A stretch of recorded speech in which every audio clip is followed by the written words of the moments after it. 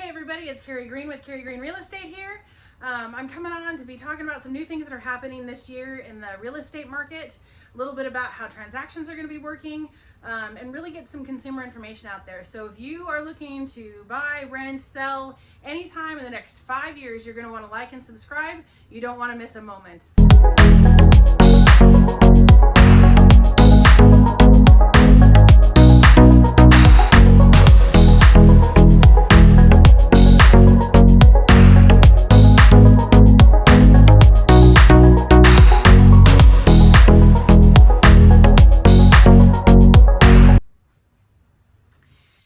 It's Carrie Green with Carrie Green Real Estate, and I'm really excited to be bringing some new information that is happening in the way that we do business here in Kitsap County and in Washington State.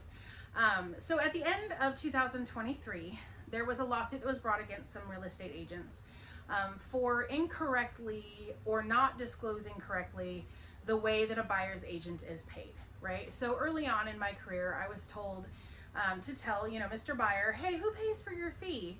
And the short answer was, you don't worry about that. The seller takes care of it, right? With the idea that the seller brings the fee and it comes off the price of the house, right? So they pay the agent fee on both sides. The reality of that situation, which I learned probably about 3 or 4 months in, is that yes, it is negotiated at the seller's listing, right? So I'm here with Mr. Seller. Mr. Seller, I typically do 3%. These are the services that I bring. This is what I risk coming in because I, as the agent, take on all of the risk and all of the upfront expenses, all of the photography, staging if it needs it, all of the advertising costs. I front that up as part of that fee, right? And so I take all of that risk, and this is what I'm negotiating as my fee.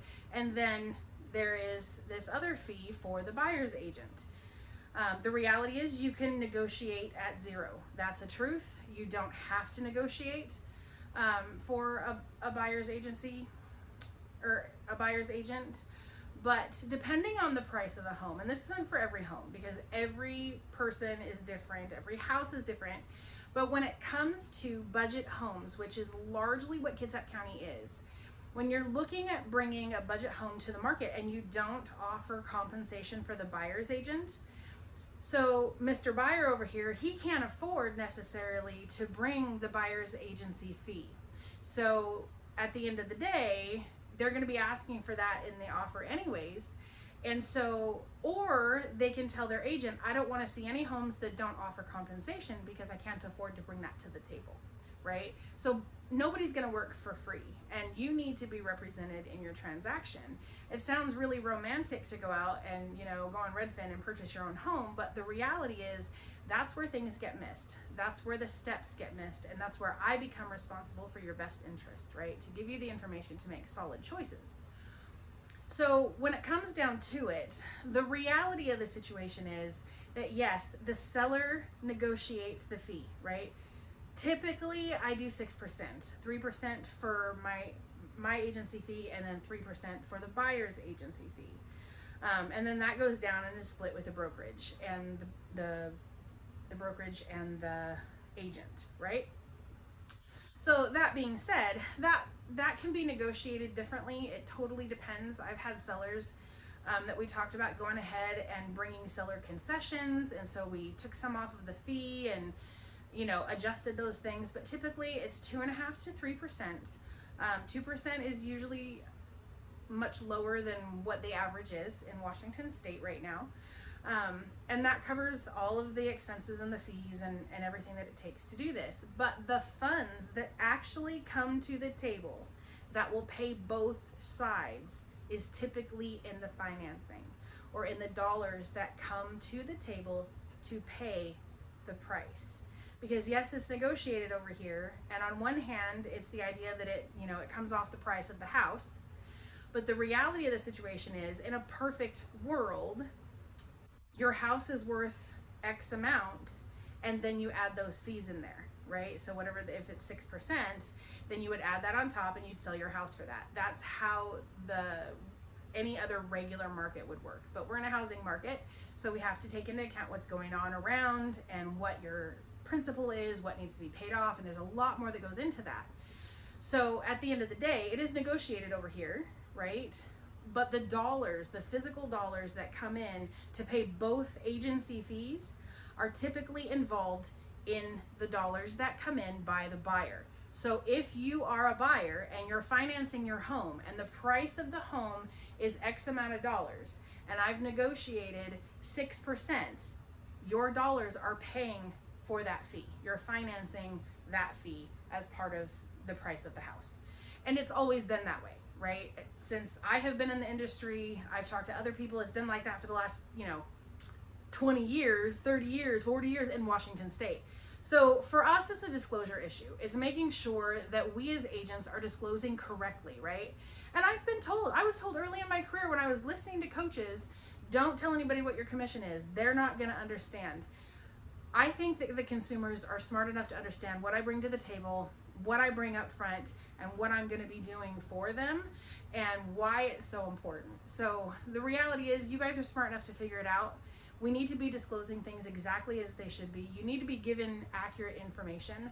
And that's one of those things that you need to be talking about when you're interviewing agents is how this all works, how they explain it to you, and make sure that you understand that you're getting an agent that is out to more than sell your house. They're out to represent your best interests in that transaction. So at the end of the day, what's going to happen is Washington State has made it mandatory that as soon as it's feasible, right, before we're giving out real estate advice, that we are required to have buyer's agency agreements, right? So that means, and I've done this now for 2 years, I sit down with my buyers and we talk about what they're looking for, we talk about their financing, we talk about disclosure, we talk about what agency means and who I'm representing. Like, even with my sellers, I don't go out to double end deals, right? That's not a thing that I do. If I have a listing and somebody comes to me and says, look, I want to offer this and I want these contingencies, then I will help them write up an offer. But at the end of the day, if somebody starts asking me my opinion, I am legally bound to represent my seller, and I will pass that buyer off to a buyer's agent, right? So that they can be represented the right way. And it's just a matter of high integrity. And it doesn't mean that somebody who does dual agency doesn't have high integrity. It's just the way that I choose to do business. And so when it comes down to it, you're going to be having agents calling you and say, we're going to have to meet and we're going to have to talk through this contract. And, typically my fee is 3%. And, if you can't bring that to the table, then we're going to have to ask for it in the offer, right? On that contract is going to be a question that says, look, if there's no buyer's agency fee, what do we do with that, right? Do you want to see those homes or not? Well, if Mr. Buyer can't afford to bring any more than his closing costs for the loan, then he's not going to want to see a 0%, right? So, fun story, I've been doing buyer's agency agreements for a long time, and it really benefited my last buyer, right? So I was working with this buyer. We'd been going back and forth for a couple of years, and they ended up wanting to go see a home that didn't offer, it was a build, and they didn't offer any compensation, right? It was a 0% compensation. We went through their lenders and all of that. So we went ahead and I made an appointment to go chat with them, and I was able to come to the table and meet with the salesperson. I'm assuming they're an agent as well. And, I asked them, what are, you guys don't do buyer's agency compensation? And she said, no. And I said, okay, well, they've got some homes here that are in their budget, but the truth of the matter is they can't afford to bring my fee, and I have this agency agreement with them. And so that changed the entire conversation, and we were able to go and get that deal done, and I got them to pay my agency fee. There's ways that you can structure a loan. There was other money. Like, it all just depends on how it goes. But at the end of the day, because they wanted this deal to go through at a specific time for this buyer, they ended up paying my entire fee, right? So it benefits the buyers to know what the steps are, to know what the fee is, and to know how we're going to go about getting me paid. Because the reality is none of us are going to work for free. And I don't know what you've seen, but I have heard agents say buyers are no longer a viable source of leads. They can go out on Redfin or Zillow. They don't need us. But the bottom line is Zillow lost 180 million on their own algorithms in 2020, right? You can AI a lot of things, but at the end of the day, you need somebody who's going to be able to pivot and do what needs to be done and represent your best interests at every turn, no matter what comes up, right? And so the buyer's agency, the buyer's consultation, those things are super important to help educate you, to clear the air and help everybody understand, to dispel all of the myths, and then to understand really who's paying for what. Because at the end of the day, if you're a budget buyer, your dollars are paying both the listing and the buyer's agent as part of the price of the house. And it's always been like that. The big thing is that we need to disclose it correctly. So if you're looking to purchase a home anytime in the near future, I have a couple of downloadable guides, some questions that you can ask as you're interviewing real estate agents, whether you're buying or you're selling, that you can really have a clear picture, things that consumers don't think to ask, right? We're in an age of information, and some of that information is great and some of that information is myth, right? Biggest myth ever. I still hear boomers saying, oh, well, if there's a closet in there, it's a bedroom, and then it's a 3-bedroom or a 2-bedroom, depending on the closet. The reality is it hasn't been like that since the 70s, and what determines the bedroom, how you sell it as a bedroom size, is the size of the septic tank, right? So it's a 2-bedroom septic or a 3-bedroom septic or a 5-bedroom septic, and that's what determines the how you market the home, right? Now, clearly, if you have a 5-bedroom septic, but there's only 3 bedrooms physically in there, you would market it as a potential 5-bedroom moving forward, right? But at the end of the day, you can make your den into a bedroom. But if you're on and have 2 bedrooms and then the den that was put a closet in there, but if it's on a 2-bedroom septic tank, it's a 2-bedroom home. And so, you know, we need to dispel those myths. We need to get our consumers out there. You need to understand why are you paying me, right? And you're not paying me to sell your house, right? You're paying me to make sure that you have all the information, that it goes smoothly, that there's no glitches, right? The biggest beef that I have is I don't want to be seen as a used car salesman. I don't want to be seen as somebody selling waterfront property in Arizona, right?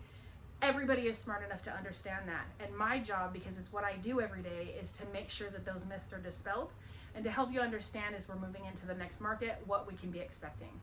So if you're looking for a new home, expect to go through a buyer's consult. Expect to go through this conversation. Expect to learn, right? It's not a turnkey thing. It's not a gallon of milk. This is one of the biggest investments you're going to be making in your lifetime. And so for that reason alone, get in the room with your real estate agent, ask the right questions, get what you need so that you can make good decisions. So I'm really excited for 2024. It's going to be a stellar year for everybody.